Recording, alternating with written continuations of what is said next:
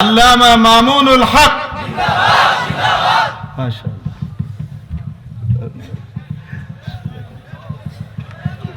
এবার আপনারা শান্ত হয়েছেন তো? সারাক্ষণ তারা এদিক ওদিক তাকাইতেছিল।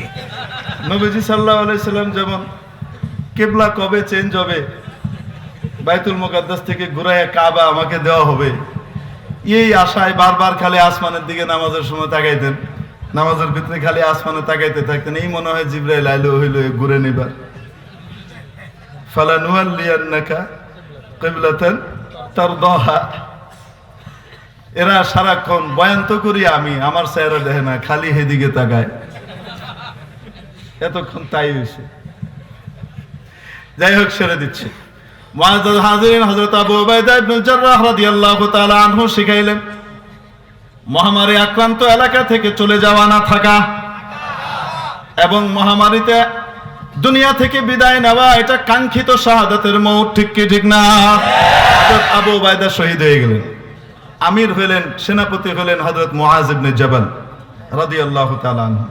হযরত মুআজ ইবনে জাবাল রাদিয়াল্লাহু তাআলা আনহু সেনাপতি হওয়ার সাথে সাথে বয়ান দিলেন, কঠিনভাবে বয়ান দিলেন। সেই বয়ানের ভিতরে যারা ইন্তেকাল করেছেন তাদের জন্য মাগফিরাত কামনা করলেন, শাহাদাতের দরজা কামনা করলেন। যারা এখনো বেঁচে আছেন অসুস্থ অবস্থায় তাদের জন্য সুস্থতার দোয়া করলেন।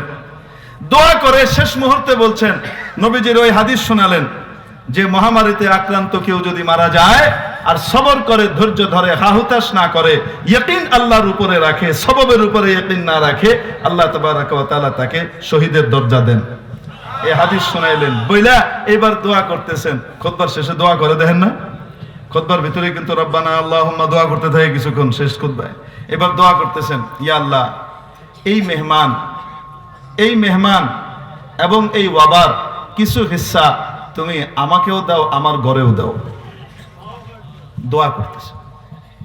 দোয়া করে নেমে বের হয়েছেন। নামাজ শেষ করে বাড়িতে গেছেন, যে দেখেন ওনার সবচেয়ে প্রিয় ছেলে যেটা আব্দুর রহমান, অনেকগুলা ছেলে ছিল, তার ভিতরে সবচেয়ে প্রিয় ছিল যে ছেলেটা, আব্দুর রহমানের প্লেগ হয়েছে, মানে সাক্ষাৎ মৃত্যু। এখন প্লেগ হয়েছে ঠিক, আল্লাহর ফয়সালার উপরে সন্তুষ্ট থাকা সত্ত্বেও মনের মধ্যে ব্যথা আছে কি নাই, ছেলের মায়া আছে কি নাই। হযরত ইব্রাহিম নবীজির সাহেবজাদা রাদিয়াল্লাহু তাআলা আনহু যখন ইন্তেকাল করেন, কোলের মধ্যে দিয়ে দেওয়া হয়েছে, ছটফট করতেছে। কি করে?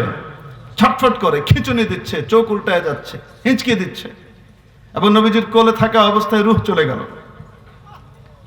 নবীজির চোখ দিয়ে টপ টপ করে পানি পড়তেছে। এক সাহাবী জিজ্ঞেস করছে, ইয়া রাসূলুল্লাহ, আপনি আল্লাহর ফয়সালার উপরে সন্তুষ্ট না কাঁদতেছেন? উনি বলতেছেন, আল্লাহর ফয়সালার উপরে এর চেয়ে বেশিও বেশি সন্তুষ্ট, কিন্তু আল্লাহ তাআলা সন্তানের মায়া আর মহব্বত বাবার হৃদয়ে দিয়েছেন, সেই মায়া আর মহব্বত চোখ দিয়ে বের হচ্ছে। এই বের হবার মাধ্যমে চুপচাপ থেকে সবর করতেছি, এটার ভিতরে রেজা বিল কাজা আরো বেশি প্রকাশ পায়। হযরত মুআজের চোখ দিয়ে পানি পড়তেছে। ছেলে কি বলে? ছেলে কেমন দেখেন, ইয়া আবাতি আল হাক্কু মির রাব্বিকা ফালা তাকুনান্না মিনাল মুমতারিন। আব্বা, আব্বাজান, যা হয় আল্লাহর তরফ থেকে হয়, যা এসেছে এটা হক, এটা উপরওয়ালার তরফ থেকে এসেছে, উনি ছাড়া এটা হতো না। আপনি সন্দেহ আর সংশয় পোষণকারীদের অন্তর্ভুক্ত হয়েন না। কোরআনের এক আয়াত শুনেছে। বাবাও সাথে সাথে উত্তর দিচ্ছে, বেটা এজন্য কাঁদি না, সাতাজিদুনি ইনশাআল্লাহু মিনাস সাবিরিন। ইসমাঈল আলাইহিস সালামের সেই বাণী বলতেছে, বেটা, ইয়া বুনাইয়া, কোরআন খুলে শুনে নাও, তুমি যদি দুনিয়া থেকে চলে যাও আমি হাউতাশকারী হব না, ইনশাআল্লাহ আমাকে ধৈর্য ধারণকারীদের অন্তর্ভুক্ত বাবা। হযরত আব্দুর রহমান ইন্তেকাল করলেন, ওনার প্রিয় ছেলে। তার দুই বেবি ইন্তেকাল করলেন এই প্লেগে। দোয়া করে নিয়েছে। প্লেগে দুই বিবি ইন্তেকাল করলেন, শহীদ হয়ে গেলেন। এর পরের দিন সকালবেলায় হযরত মুআজের আঙ্গুলে একটা ফোঁড়া উঠছে। কি উঠছে? এটা ছিল প্লেগের প্রাথমিক লক্ষণ, যাদের হয়তো এটা ফোঁড়া হতো। ফোঁড়ার দিকে তাকায় বলতেছে, ওয়াল্লাহি, খোদার কসম, গোটা পৃথিবীর সমস্ত সম্পদ তোমার তুলনায় আমার কাছে তুচ্ছ। গোটা পৃথিবীর সমস্ত সম্পদ আমাকে দিয়ে দিলেও আমি এত খুশি হতাম না, এত আনন্দিত হতাম না তোমাকে দেখে আমি যত আনন্দিত হয়েছি।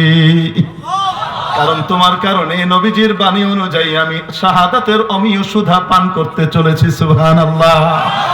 এজন্য মুসলমান কোন মহামারী, কোন ভাইরাস দেখলে ভয় পাবে, মৃত্যু ভয়ে ভীত হবে নাকি এটাকে বুক চিতিয়ে ঈমানের সাথে, দৃঢ়তার সাথে তার সামনে এগিয়ে যাবে এবং আলিঙ্গন করবে? ঠিক কি ঠিক না?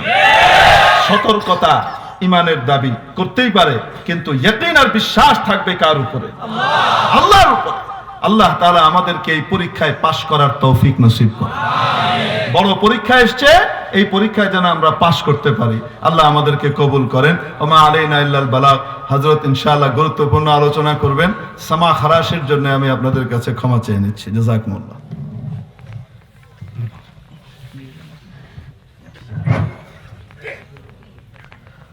আলহামদুলিল্লাহ, আমাদের সম্মানিত মেহমান অনেক গুরুত্বপূর্ণ আলোচনা করছেন। এ পর্যায়ে আমাদের পুরো এই অঞ্চলবাসীর প্রতীক্ষিত মেহমান শাইখুল হাদিস ইবনে শাইখুল হাদিস, পুরা উম্মাহ, বিশেষ করে ইসলাম প্রিয় যুব সমাজ যাদেরকে নিয়ে স্বপ্ন দেখে, যাদের স্বপ্নদ্রষ্টা, যিনি আমাদেরকে